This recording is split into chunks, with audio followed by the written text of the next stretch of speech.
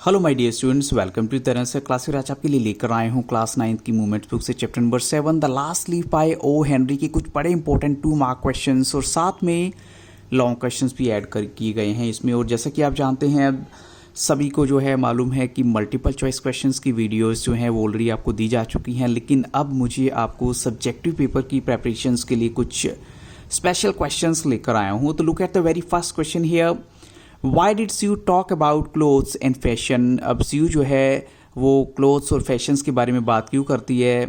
तो ऑप्शंस तो यहाँ नहीं है। आंसर है कि Sue talked about clothes and fashions because she was trying to cheer up Johnsy who was depressed due to illness. और सभी को मालूम है कि जो उसकी फ्रेंड है जोन्सी वो निमोनिया से परेशान थी और जिसकी वजह से जो है उसके मन में एक ऐसी अजीब सी फीलिंग आ जाती है कि शायद जैसे जैसे जो है आईवी क्रीपर के पत्ते गिरेंगे तो उसकी भी डेथ हो जाएगी।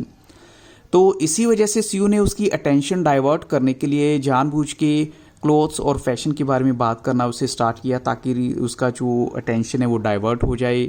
अब चलते हैं क्वेश्चन नंबर 2 के लिए, why did Sue bring her drawing board into Johnsy's room.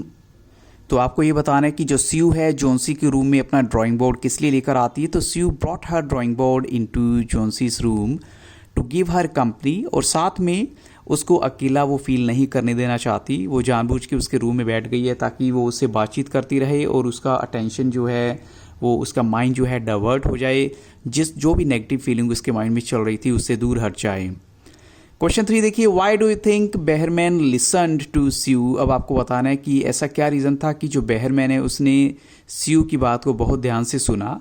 तो यहाँ पर देखिए, फर्स्ट ऑफ ऑल आपको तो ये समझना ज़रूरी है कि बेहरमैन जो है एक पेंटर था नो डाउट, और फर्स्ट फ्लोर पे इनफैक्ट ग्राउंड फ्लोर पे रहता था वो। और साथ में उसने स्यू की बात को इसलिए भी ध्यान से सुना क्योंकि वो बहुत कंपैशनेट था और एक अच्छा नेबर होने की वजह से वो उसकी बात को ध्यान से सुन रहा है, क्योंकि उसे लगा कि अगर वो उसकी हेल्प नहीं करेगा तो मे बी जोन्सी जो है वो शायद नहीं बच पाएगी। तो यहाँ पर क्वेश्चन नंबर 4 है, why did Sue give Johnsy a mirror. Sue ने जोन्सी को एक मिरर किस लिए दिया? तो she gave Johnsy a mirror so that Johnsy could comb her hair, वो अपने बालों को कॉम कर सके, and make her appearance brighter and better, और अपनी अपीयरेंस को थोड़ा बेटर बना सके, अच्छा बना सके, क्योंकि वो काफ़ी दिन से डिसअपॉइंटिंग सी एटीट्यूड के साथ जी रही थी, उसके मन में कोई भी पॉजिटिविटी नहीं थी। अब चलते हैं बच्चों क्वेश्चन नंबर 5 के लिए। Now it's very important question, क्योंकि अगर ये क्वेश्चन का आंसर आपको नहीं मालूम तो आप समझिए कि आपको चैप्टर के बारे में नहीं पता होगा। Who were Sue and Johnsy and where did they live. Sue and Johnsy कौन थे, वो कहाँ पर रहते थे? Sue and Johnsy young artist friends थे और जो स्ट्रगल कर रहे थे अपने आप को इस्टेब्लिश करने के लिए इस दुनिया में, क्योंकि पर्टिकुलरली हम कह सकते हैं वर्ल्ड ऑफ आर्ट में, क्योंकि वो एक आर्टिस्ट थे। And both lived in A small flat. वो कहाँ पर था? It was on the 3rd floor of an old house. एक पुराने से घर के 3rd फ्लोर पे था और वो इस प्लेस को शेयर कर रहे थे। They were living together in the same room, आप कह सकते हैं सेम फ्लैट में वो रह रही थी दोनों, और काफ़ी स्ट्रगल कर रही थी अपनी लाइफ को इस्टेब्लिश करने के लिए। अब चलते हैं क्वेश्चन नंबर 6 के लिए। क्वेश्चन नंबर 6 है, how did Johnsy associate herself with the falling leaves. यानी जोन्सी जो है वो अपने आप को कैसे एसोसिएट करती है उन लीव से, पर्टिकुलरली वो फॉलिंग लीव, जो लीव गिर रहे थे उनसे। तो सभी को मालूम है ये एक ऑटम सीज़न था। ऑटम सीज़न बच्चों वो होता है जब पेड़ों के पत्ते गिर जाते हैं, ऑलमोस्ट सर्दी का वक्त होता है, और जो आईवी क्रीपर है उसके जो लीव्स वो भी गिर रहे थे। ग्रेजुअली ऐसा हो रहा था क्योंकि वेदर ऐसा था।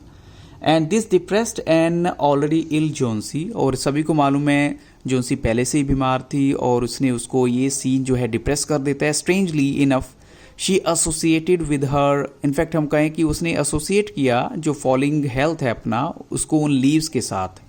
कहते कि जैसे जैसे जो पत्ते गिरते जाएंगे तो उसका हेल्थ भी जो है डाउन होता चला जाएगा। And she believe that she would die when the last leave fell, और उसे था कि वो मर जाएगी जब ये लास्ट लीव जो है वो गिर जाएगा तो उसकी भी डेथ हो जाएगी। अब चलते हैं क्वेश्चन नंबर 7 के लिए। How did Sue help Johnsy during her illness. Sue ने जोन्सी की हेल्प कैसे की उसकी इलनेस में।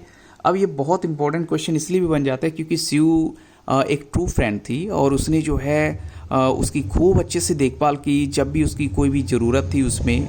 And she would give her hot soup, अक्सर उसको time to time hot soup देती रही और साथ में उसके साथ भी बैठी रही, उससे बातचीत भी करती रही, क्योंकि उसको मालूम था कि जब कोई बीमार होता है तो उसके साथ जो है बैठना और बातचीत करना बहुत ज़रूरी होता है। और पर्टिकुलरली अगर बात करें जॉन्सी की, तो वो तो उसकी बहुत अच्छी फ्रेंड थी। तो she called the doctor, even उसने डॉक्टर को भी बुलाया, and even sought help from their neighbour, जिसका नाम क्या था, बेहरमैन। और बेहरमैन से भी जो है उसने हेल्प ली, अपने जो उनका नेबर था उससे। तो बच्चों नेक्स्ट क्वेश्चन है, Behrman has a dream. Behrman का एक सपना था, वो क्या था और क्या ये सच हुआ? तो बेहरमैन का एक सपना था, वो था पेंटिंग अ मास्टरपीस समडे, कि एक दिन मैं कोई मास्टरपीस जो है वो बनाऊंगा। एंड उसका सपना जो है सच हुआ। When he painted a leaf that was a near replica. Replica क्या होती है? कॉपी, बिल्कुल ओरिजिनल की कॉपी थी, एक जो रियल लीफ की। And this masterpiece saved a young life and fulfilled Behrman's ambition too. और इस तरह जो है बेहरमैन का एम्बिशन भी जो है उसका जो सपना था वो भी पूरा हो जाता है। और साथ में अगर देखिए अनफॉर्चुनेटली एक बात और भी होती है, it cost him his life, की इस मास्टरपीस को बनाने में, यानी इस लीफ को बनाने में जो है बेहरमैन की जान भी चली जाती है। बट उसने अपनी लाइफ का जो एक अचीव करना था एम, वो कर लिया था। अब चलते हैं क्वेश्चन नंबर 9 के लिए। I am tired of waiting, why did Johnsy से सो टू यू। यानी सीयू को ऐसा क्यों कहती है जॉन्सी कि मैं अब इंतजार कर करके थक चुकी हूँ। तो Johnsy wanted Sue to finish her painting quickly, ताकि वो देख सके लास्ट लीफ को गिरते हुए। And she believe that she would die with it, but this was taking too long. अब उसको ये था कि पता नहीं इतना वक्त क्यों लग रहा है और ये कभी भी गिर सकता था। तो ये कुछ एक ऐसी बातें थी जो जॉन्सी की माइंड में चल रही थी और सब की सब नेगेटिव थॉट्स थी। She became tired of waiting for the last leaf to fall. और वो जो है इंतज़ार करते करते थक चुकी थी और वो और ज़्यादा इंतज़ार नहीं कर सकती थी। इसलिए वो सीयू को कहती है कि तुम अपनी पेंटिंग जल्दी से ख़त्म करो, ताकि मैं लास्ट लीव को फॉल करते हुए या उसको गिरते हुए देख सकूं। अब चलते हैं क्वेश्चन 10 के लिए। What did Johnsy admit to Sue when the last leaf did not fall. जब लास्ट लीफ गिरता नहीं है तो जॉन्सी ने सीयू के सामने क्या चीज़ एक्सेप्ट की? When Johnsy saw the last leaf intact. Intact का मतलब होता है अभी last leaf as it is अपनी पोजीशन पे है, लगा हुआ है उस आइवी क्रीपर पे। She admitted that Sue had looked after her so lovingly and she in turn had been so bad. वो कहती कि सीयू ने तो उसकी बहुत देखभाल की है, लेकिन वो बहुत बैड थी, वीक थी, ग्लूमी थी और नॉन कोऑपरेटिव गर्ल थी।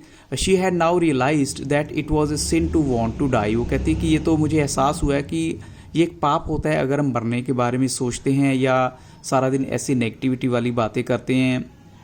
और बच्चों इसी के साथ मैं आपके लिए एक लॉन्ग क्वेश्चन भी लेकर आया हूँ जो मुझे लगता है आपको बहुत मतलब इम्पोर्टेंट है आपके लिए और आपको पता होना चाहिए। What is Johnsy's illness. बड़ा सिंपल क्वेश्चन है कि जॉन्सी की इलनेस आपको बतानी है। तो सभी को मालूम है कि वो उसे निमोनिया था। एंड व्हाट कैन क्योर हर, उसको क्या चीज़ उसको जो है इलाज कर सकती थी, या मेडिसन या फिर उसकी जो जीने की इच्छा है। तो हम जानते हैं कि जॉन्सी जो है suffered an attack of pneumonia in the cold winter month of November. उसकी जो इलनेस है वो उसको और भी ज़्यादा कमज़ोर कर देती है कि वो डिप्रेशन में चली जाती है।